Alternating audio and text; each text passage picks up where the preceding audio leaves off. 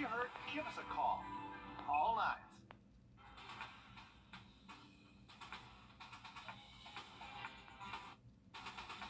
From the station that's on your side, this is News 12, First at 5. Former President Donald Trump expected to turn himself in today to the Fulton County Jail. Just ahead, we'll break down what could be and what will happen next. But first, Greenbrier High School's cross-country team will not be competing tonight as one of their teammates is in the hospital fighting for her life. The entire team is with 15-year-old Allison Lilly in her hospital room right now. This is a first look at the team at the hospital supporting Allison. Her mother says the team is doing Bible study and praying for her daughter. Now, Allison is still in critical condition. She and her sister Bethany were hurt in a car accident early Tuesday morning. Bethany has a fractured rib. And a live look now at the cross-country meet at Diamond Lakes, where the teams that are still competing will definitely be keeping Allison in their thoughts and prayers there. Yeah, they were, again, supposed to race there, but some of the other teams were told we're going to show up tonight in support of Allison. It's a very close-knit community, Yes. The cross-country community, the running community. A lot of them know Allison, so this is not just hard for her team at Greenbrier. This is difficult for a lot of those athletes out there competing today. Absolutely. We got a picture earlier this afternoon that we'll show you on later in the newscast, but the entire group the entire cross-country team at the hospital, all huddled together, all wearing the same purple color. It's just a powerful image showing the unity and how close this team really is to each other. And coming up at 5:30, our Audrey Dickhurber will be live with the latest on how the community is standing behind Allison. And it is a very hot afternoon for us, but we actually did see a relatively cooler morning. Take a look at our morning lows across the area. We got down to 65 degrees at Bushfield, 68 in Thompson, same thing in Louisville, Sandersville, you're down to 68. So it was comfortable out there to start off the day, but here's how we're currently feeling. Most spots close to 100, even up to 102 there at Aiken, 97 at Bushfield. Wilkes County, one of the hotter spots this afternoon, currently feeling like 103 at the moment as these temperatures are now hitting the 90s. Now, one thing we could benefit from tonight is possibly some rain heading our way. We are looking at our chance for maybe a hit or miss shower or thunderstorm that's now dropping south of I-85. Honestly, not looking at great conditions for these to really sustain themselves across most of the CSRA. We're looking at our cape here, so this is looking at where the highest amount of energy is in our atmosphere. You can see it's much higher, closer towards Atlanta and West Georgia and Alabama, so we're kind of just expecting these storms to fizzle out by the time they reach most of us here locally, but we are keeping an eye on them towards our north. They possibly could stay together and bring us a chance for some showers and storms, mainly in the northern CSRA as we get closer to sunset. So I'd imagine by 8 o'clock, this storm is getting close to Washington there up in Wilkes County. Have a look at some better storm chances heading into the weekend just a bit. Let's get a first quick update on your First Alert traffic. And now, First Alert traffic.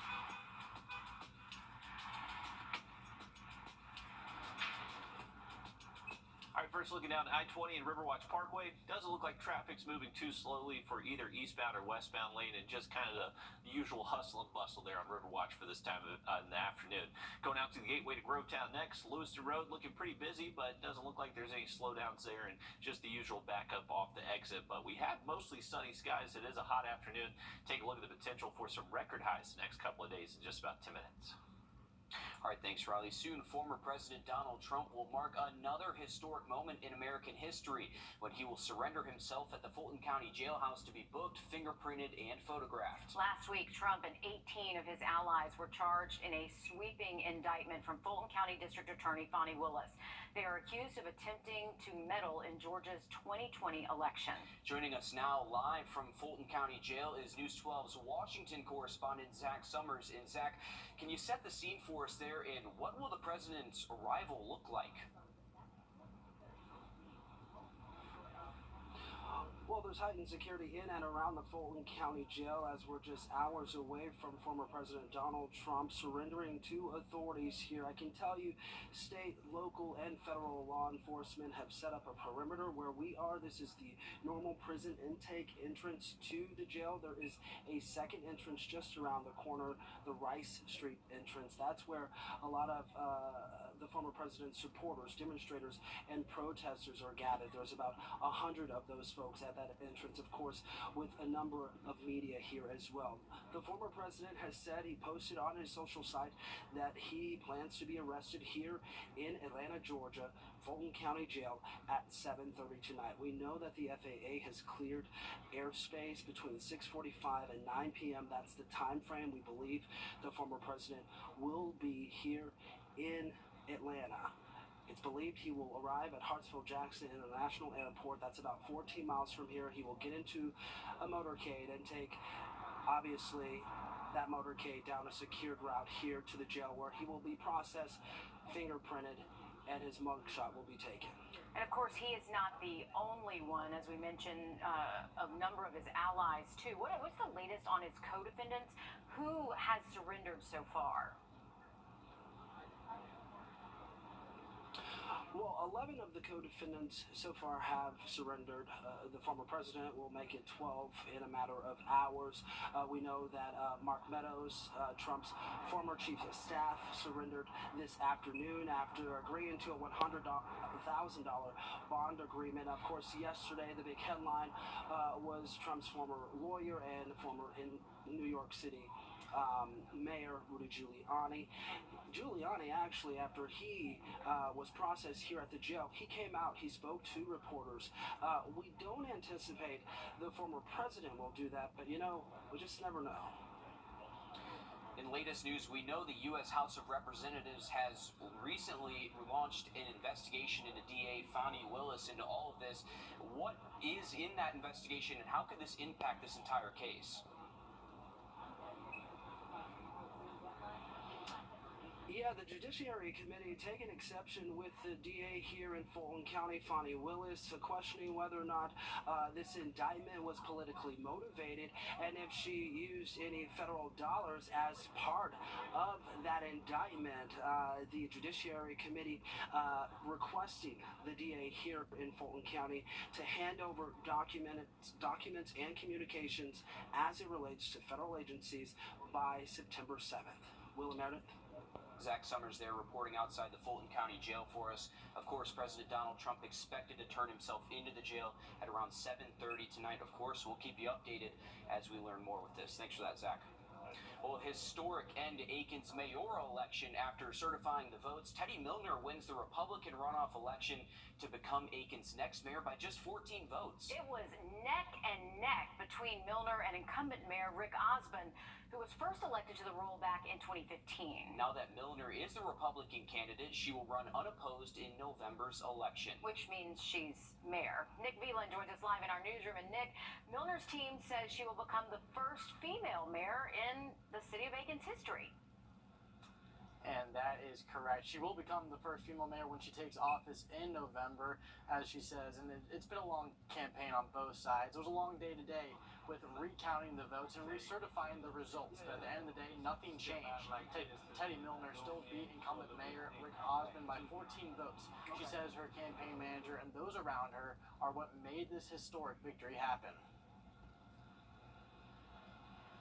I couldn't have done it without them, honestly. I'm not versed in politics at all. I'm just some concerned citizen that wanted to do better for the city.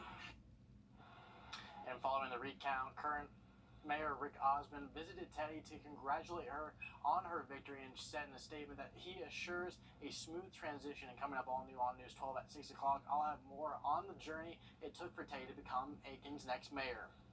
All right, thanks for that, Nick. Clearly, voters were near split on who should be mayor, but we're looking forward to see what Milner will bring to Aiken. And of course, this goes to show you, don't ever think your vote doesn't count. Absolutely. 14 votes. 14 votes. Very slim margin. Yeah, a very narrow margin.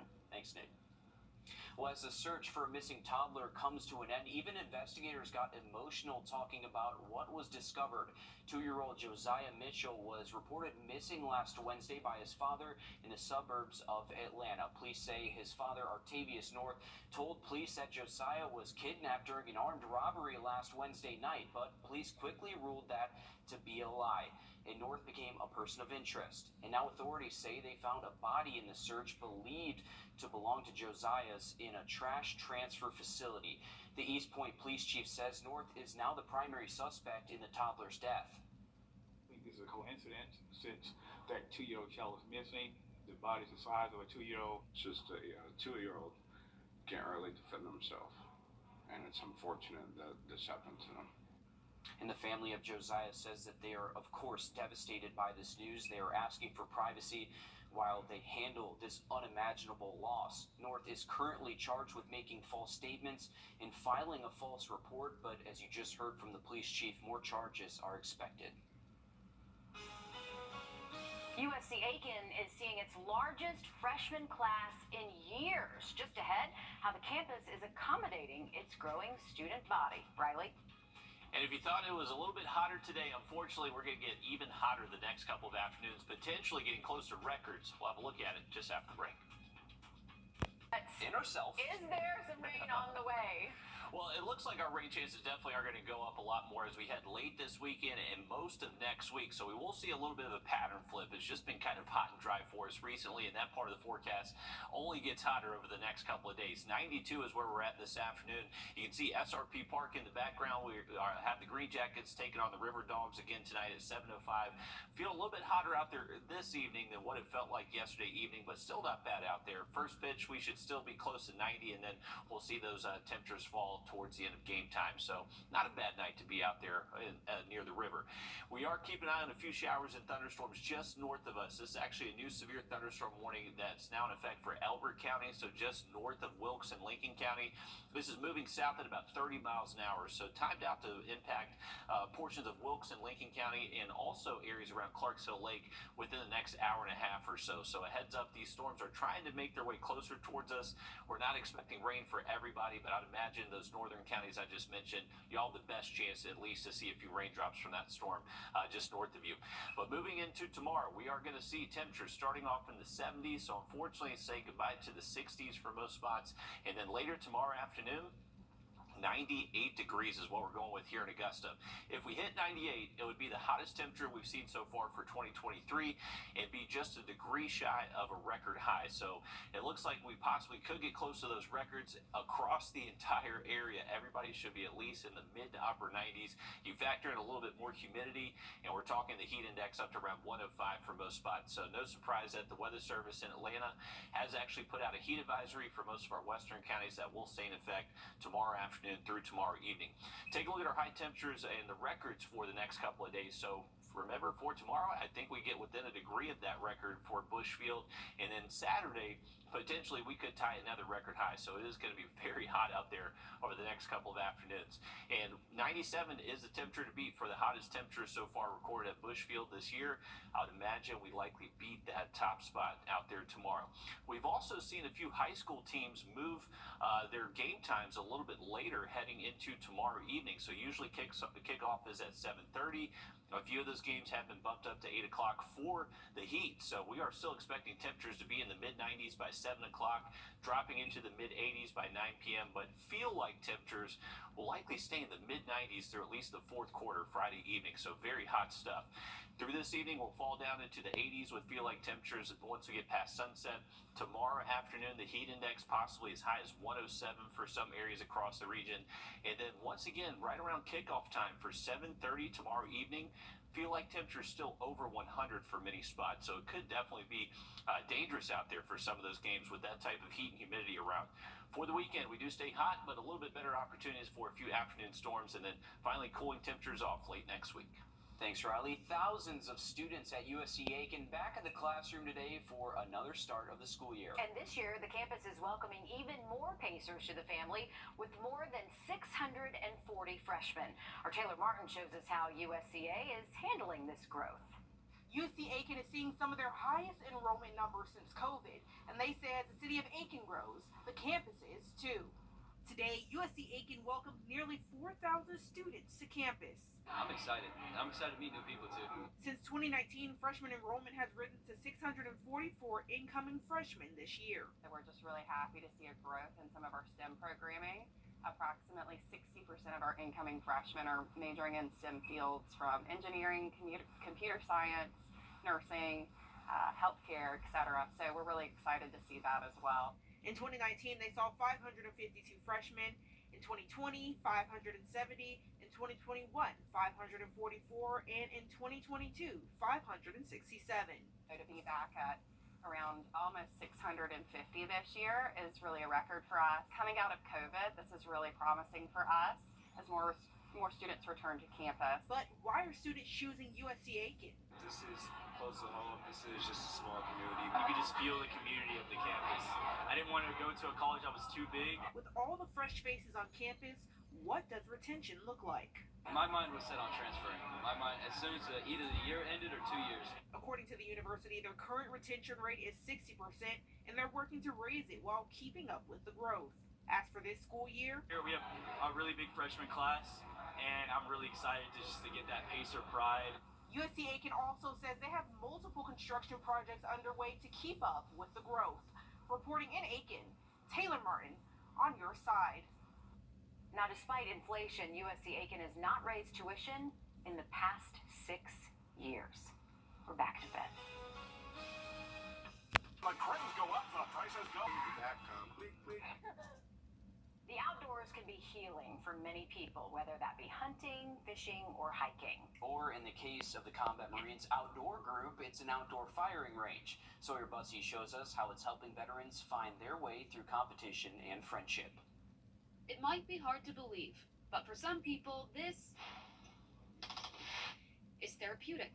For this group, the effect of this day has everything to do with their past and their present. For these folks that have experienced trauma out in the battlefield, they're scarred. So we host these type of events together with others who've been through the same traumatic experience, and we bring them together, it builds a bond. For the 7th year in a row, the DEA has partnered with Combat Marine Outdoors and sponsors for a competition at the Douglas County Sheriff's Office range. The Combat Marine Outdoors, we serve the whole country. So we have veterans that are soldiers, sailors, airmen, Coast Guard, and most importantly, all generations. The event is less about competition and more about building relationships. Camaraderie, helps them talk through tough times. And what we're hoping is that if we can prevent a tragedy, then we're honored to have been part of that. Combat Marine Outdoors is a nonprofit that books veterans on outdoor adventure trips, a mission that's also about building and maintaining relationships. A lot of our trips are 2 people that served together, 2 people that were deployed together, 2 people that were enlisted together. Veterans from across the country came to the CMO DEA event. And I've always believed that everybody has to serve in one capacity, whether it be in law enforcement, whether it be in the military, or whether it in the community. You have to do something or be involved in something bigger than yourself. And of course, what a great way to not only stay active, but find others dealing with the same battles as you, and of course, find a friendship there as well. Take a look at this. The city of Grovetown giving a special shout out to Cash Ferguson, who recently attended the AAU Junior Olympics in Des Moines, Iowa. Cash the Dash made it to the semifinals in the 200-meter dash and placed 17th nationally. Wow. Listen to this. He's a 6th grader at Grovetown Middle School, and in addition to track and field, he also plays football. Congratulations to Cash for an impressive achievement at such a young age. A bright future ahead for that young man right there. Cash That's the Dash. Great nickname, I know. Is an awesome nickname. Love the name Cash, and big congrats to him. Hey, we got our latest winner for our Plunkett Heating and Air Sunshade giveaway. Congratulations to Tierra Perry from North Augusta, South Carolina. To get your own sunshade, just go to WRDW.com, click on contest, and you can enter your email right there. Now look at the forecast coming up just after the break. The Greenville Humane Society says a dog who was stabbed and abandoned at the shelter has now found her forever home. Officials say they found the dog Tori on the 5th outside the shelter with a stab wound. She underwent emergency. Today. The Greenville Humane Society says a dog who was stabbed and abandoned at the shelter has now found her forever home. Officials say they found the dog Tori on the 5th outside. Today. The Greenville Humane Society says a dog who was stabbed and abandoned at the shelter has now found her forever home. Officials say they found the dog Tori on the 5th outside the shelter with a stab wound. She underwent emergency surgery after that. Okay, this seems like a sad story, but it's not. We are very happy to report that she was adopted by somebody working at the Greenville Humane Society. And even better news, the people accused of stabbing her and abandoning her have been found and charged. But let's just say there's a special place for those people, and it is not here. And How we'll do just you leave it at that. Look how lost I know. she looks. I know. Ruben Chevy today. The Greenville Humane Society says a dog who was stabbed and abandoned at the shelter has now found her forever home. Officials say they found the dog Tori on the 5th outside the shelter with a stab wound. She underwent emergency surgery after. Chevy today. The Greenville Humane Society says a dog who was stabbed and abandoned at the shelter has now found her forever home. Officials say they found the dog Tori on the 5th outside the shelter. With Milton Ruben Chevy today. The Greenville Humane Society says a dog who was stabbed and abandoned at the shelter has now found her forever home. Officials say they found the dog Tori on the 5th outside the shelter with a stab wound. She underwent emergency surgery after that. Okay, this seems like a sad story, but it's not. We are very happy to report that she was adopted by somebody working at the Greenville Humane Society. And even better news, the people accused of stabbing her and abandoning her have been found and charged. But let's just say there's a special place for those people, and it is not here. And we'll just leave it at that. Look how lost I know. she looks. I know. How do people do that? Not look in the mirror and go, "What did I just do?" I- Not only stabbing the dog, but leaving the dog. Makes me can't. mad. I can't. Makes me mad. I adopted a dog who was shot, and she was the best. I mean, it's just they know when you save them from a terrible situation. Dogs are, we don't deserve dogs. I know, and I mean, it breaks your heart just seeing that dog being abandoned like that. But happy ending, getting adopted, and luckily those people definitely were charged. They definitely deserve every bit of punishment they get.